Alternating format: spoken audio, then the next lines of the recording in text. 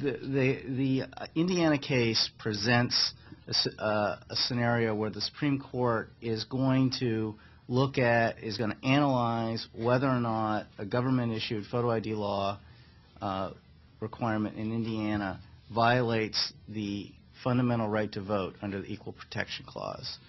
This case is going to have serious ramifications not only for government-issued photo ID laws, but also as to what the fundamental right to vote means and to what extent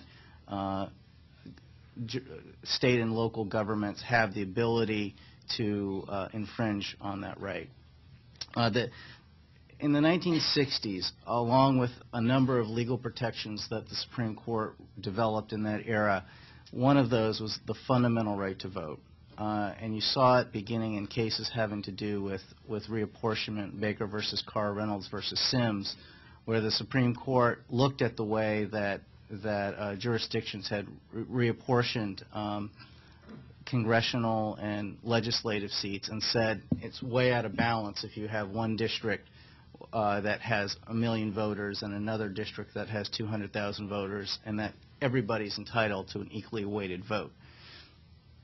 Then what you saw in the 60s is you saw the Supreme Court go beyond that analysis in terms of the fundamental right to vote and look at cases in which groups of voters were being fenced out of the process, including military voters being treated differently than or people who served in the military being treated differently than other voters in a case called Carrington versus Rash. Another case called Kramer versus New York Union School District, where the Supreme Court found that a law that required, if you were to vote in school board elections, you either had to be a property owner, you had to have a child in school, and they found that that law was unconstitutional. Another case was a case called Dunn versus Bloomstein, where the Supreme Court found that a Tennessee residency requirement was unconstitutional. And one of the things about those cases in the 60s and the early 70s where voters were being taken out of the process is the Supreme Court eventually came around to the view that that those laws had to survive what's called strict scrutiny, which in legalese means that it has to serve a compelling it's necessary to serve a compelling governmental interest. In fact, it's a very difficult standard for jurisdictions to ever meet and to prove that a law is constitutional. It's similar to the standard that's used if you have a law that's racially discriminatory on its face. As in the early 90s, the Supreme Court looked at a case called Burdick, which involved a Hawaii restriction on write-in voting. And the plaintiffs in the Burdick case argued that strict scrutiny should apply to this law, and the majority of the Supreme Court disagreed, and said that you have to look at these laws. You have to do a two-level analysis of restrictions on voting under the fundamental right to vote. If the law creates a severe burden on the fundamental right to vote, and the court didn't go into detail in terms of defining what's severe other than referencing the prior cases. It said that in that situation you have strict scrutiny, and it's going to be very difficult for the jurisdiction to show that the law is justified. If the law is not severe, the court said you've got to apply a different form of balancing test. The court did not provide a lot of direction as to how that balancing test is supposed to work. And in fact, you see lower courts applying that balancing test very differently in a lot of the cases that have followed. Now, since that 1992 decision, most of the cases in which the court has looked at the fundamental right to vote have involved cases like restrictions on candidates, in cases like the Hawaii write-in voting requirement that went to issues related to regulations that created some restriction on either a candidate's rights or on a voter's rights, but didn't involve a situation where you had a law that prevented somebody from voting entirely. And this is really the first case where that issue has come up. And so this opinion is likely to go a long way in terms of determining how broad that fundamental right to vote is. If you look back to the cases from the 60s and 70s, for example, that fundamental right to vote seems to be something that's very vibrant and very strong. If, on the other hand, you look at some of the lower court opinions that have come out in these government-issued photo ID cases, such as Judge Posner's opinion in the Seventh Circuit, it would seem to suggest that the government's going to have a lot of latitude on restricting the right to vote.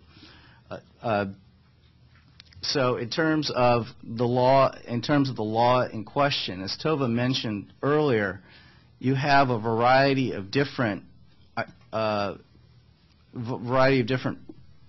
identification laws throughout the country. That in a lot of states, what's required is some form of identification, either photo or non-photo. It can be a utility bill. It could be a letter from the government. It could be a driver's license. It could be a whole range of things. And if you look at the Help America Vote Act that Congress passed in 2002, first-time voters who vote by mail have a requirement that they have to show some form of identification. But again, the types of identification that they can show are very broad. One of the things that we began to see after the 2004 election is the beginning of very restrictive identification laws, namely laws that only allow for government-issued photo identification. And we saw those laws pass in 3 states: Georgia, Indiana, and Missouri.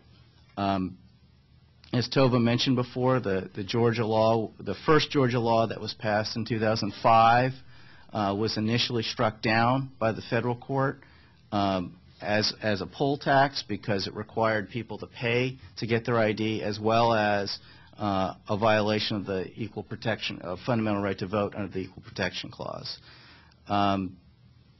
Georgia went back, made some changes to the law, provided for free ID, made the ID more available, and the district court, after originally issuing a preliminary injunction motion that kept the law from going into effect for 2006, actually came back down in 2007 and came out with the opinion which said that the law did not violate the fundamental right to vote under the Equal Protection Clause.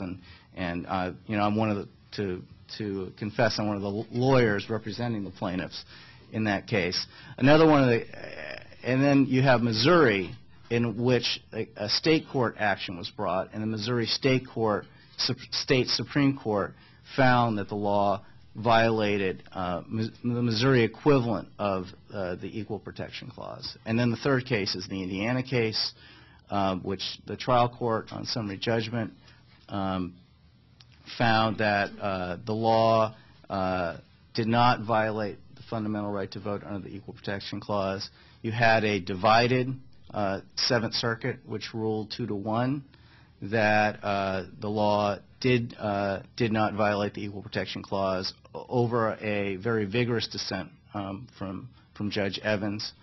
And then you had the appellants in that case then sought to have the whole Seventh Circuit hear the case in what's called an en banc proceeding. And the Seventh Circuit as a whole decided not to hear the case, but several judges on the Seventh Circuit wrote an opinion that both said, number one, the whole Seventh Circuit should have heard the case as an entire circuit, and number two, that we think that this law actually does violate the fundamental right to vote under the Equal Protection Clause. The Supreme Court's going to be hearing the case next week, as you know, and Deborah and Brad, I think, are going to go into some of the arguments on both sides that are being made.